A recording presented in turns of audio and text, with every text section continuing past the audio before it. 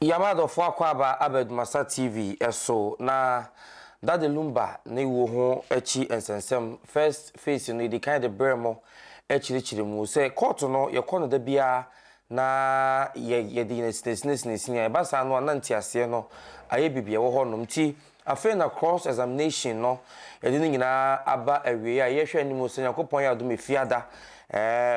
court ebetumi ede atemu twato kra no etumi ede aba na cross examination ni shase 17th of this month and ye shase na ye dwoada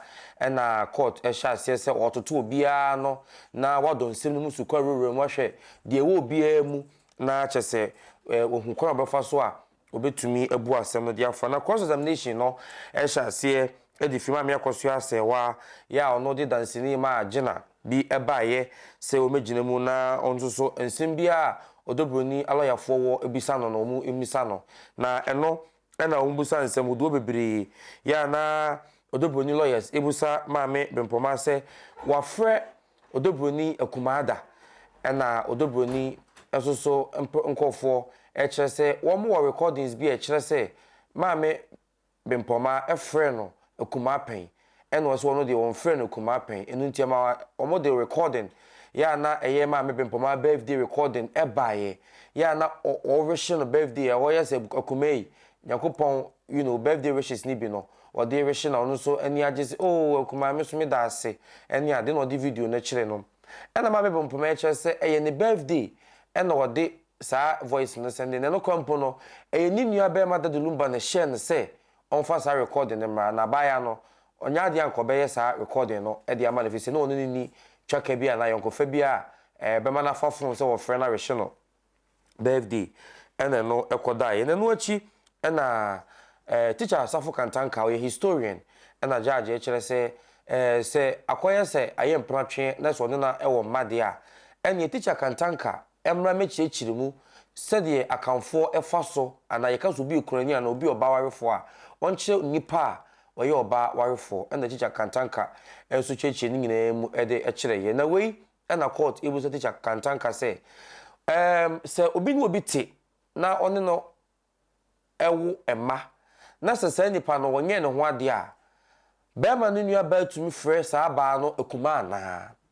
ena teacher Asafo Kantanka e kire se Asante awawe ni o mahodo bebre se bi empana kora awawe e wo honom enti no asakwa akoye normal se nei obetumi obi atena be mfie bed wo honom na onware ni pano so no na abusua na recognize ne se ebia oyere ho ana lawyer se no ana wo peti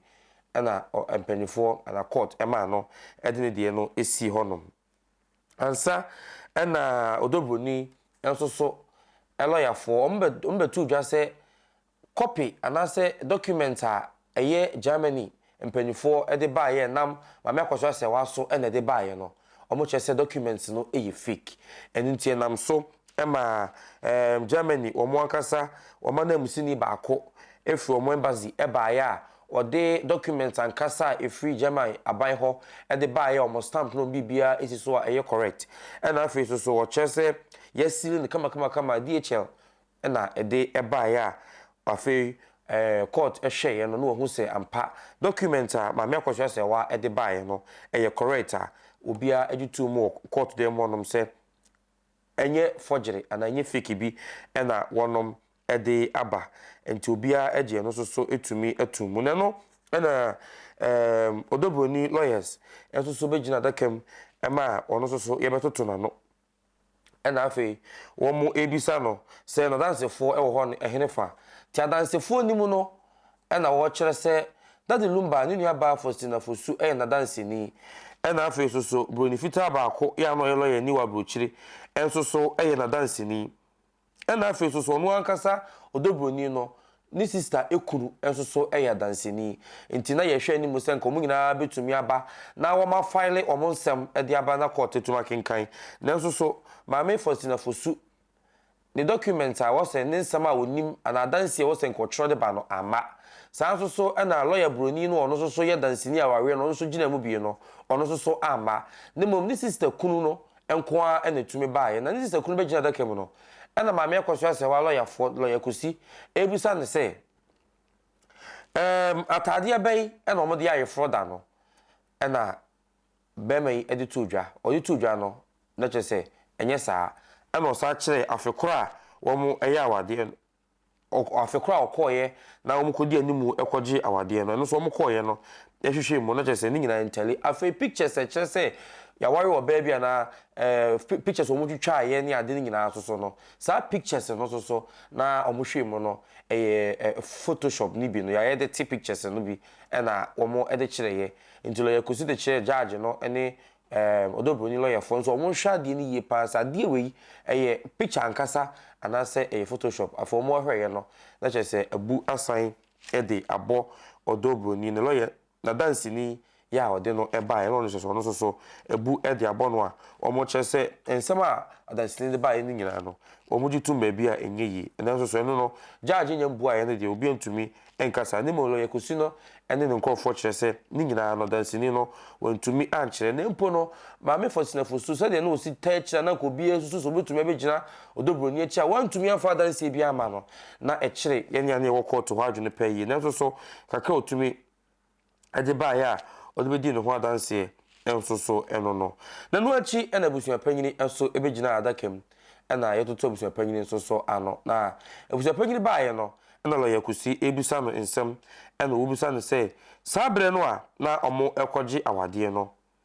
aware bre no a womo ekoye no ade ne de ena womo enam so ho adanse fo wo hene fa de ne de adanse so womo koje awade no de ma no ena busua panyini echechire nsemu na bere fa busua panyini no ene kakra wase medwonso kakra wase menum nsuo otimu se tension fa busua panyini hu ba bi won kansem no emfa ntia mama lawyer kusi ye se papa yi wa ha no ho kra endoto na no bi nsan se mo be kan bia no emfa kwam nya ho no be bia wo se fa no ho ne nam oka we no de kusi ha no fa we ni ti no de bi si anum sei so no akasa no ye confused wo court dem ho no mo a busua panyini eche se witness anasa dansefo a no busua panyini oni wo mu nyina so mo ka ho no wo che so mu nyina ewu adansefo ni nyina free mu a woni tua samado so de obi antumi enkobuza bia wo mo mawu no oyentumi kobuza o masem bia nti wo che so mu nyina ewu a ontumi nya danseni ema no emeginem ti busua panyini no se obi de yaba ya no ena ye danseni ya ono ebetumi agire mu afa ye kokko hwe mu a yaba ya so afiri mu a se ye hwe yaba ya na waba abeboa ti 30 minutes e ka ye no na wo se evidence kakra wo na ye picture no so picture de ba ye no na no so no aforge the pictures na la ye kosi ye se de koso court dem wonom no wonte ase esan se document a Broni side e ba nyina no ne nsem a wo de ba nyina no aye sebi hudo rather nsem aye atro enti no wo ha no ho kwa ntoto busua panyina no biem de ekosie no a wo mo aye okay ama Ghana fo nyina hu ba bia asem no eko ene no kra ewom ne no ena Broni ene maame Akosua Serwaa aloyafo no court ahye wonom say ene dey obia emfa nkrata obia ntro nkrata emfa emra ene ya me no wakasai ene wukoyi esan se court se omomo enam yenu 2 days a obia fa nkotro ne conclusion de nti e wose woni pakoro no wudi bem e wa asem ni mu nti ebusa se wudi bem obia so wudi bem sa na tie de a ene kokotro ade property nti a eye wo se wudi bem a wose asem no yeboa ede ma wo eye afa nu mi yenu nyina no na lawyer kusi cheche nsem bi mu anu wo kire se sa de na court se omo konkotro no kwa ne bo no metumi de bosome ansa na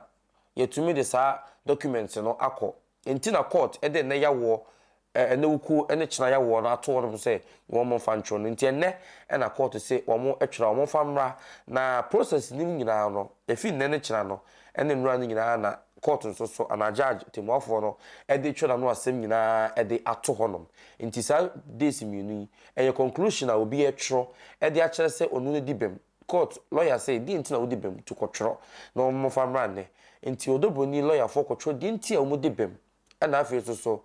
maame bompoma maame Akosua Serwaa so lawyers so ekotro ade property nti a wo mo so edibem na wo so ede ekonne na lawyer kusi do hye se no no akasa ede besoma no ntumi nko honom ya ene ise de tibia no mi onu nyina so ede mo conclusion ede be kwa akoma court na court ahwe na fiada anopa dubako 11 o'clock na judge say obetena say na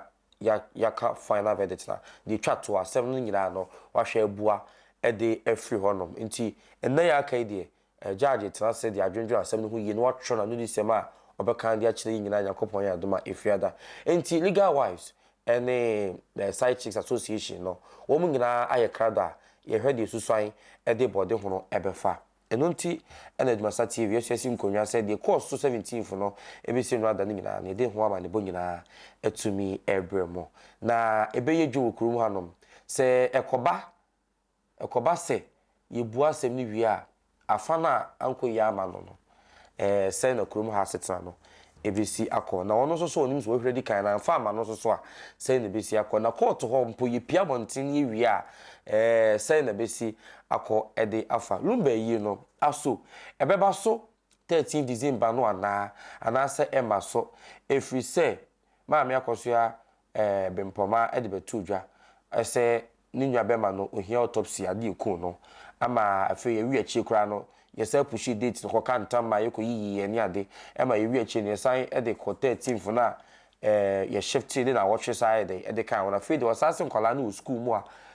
ye ntumi man kwala no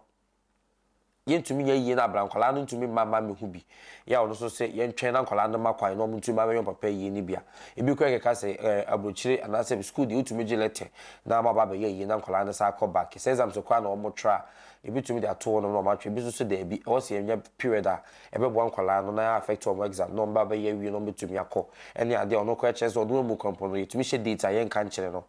wo che se a hardware ya ye nyina wa twen yi mu a ye hwe bebia ensemi na besi akondi sisi ade yakopon ya adoma efiada no padu ba ko 11 am ena that Lumba the court case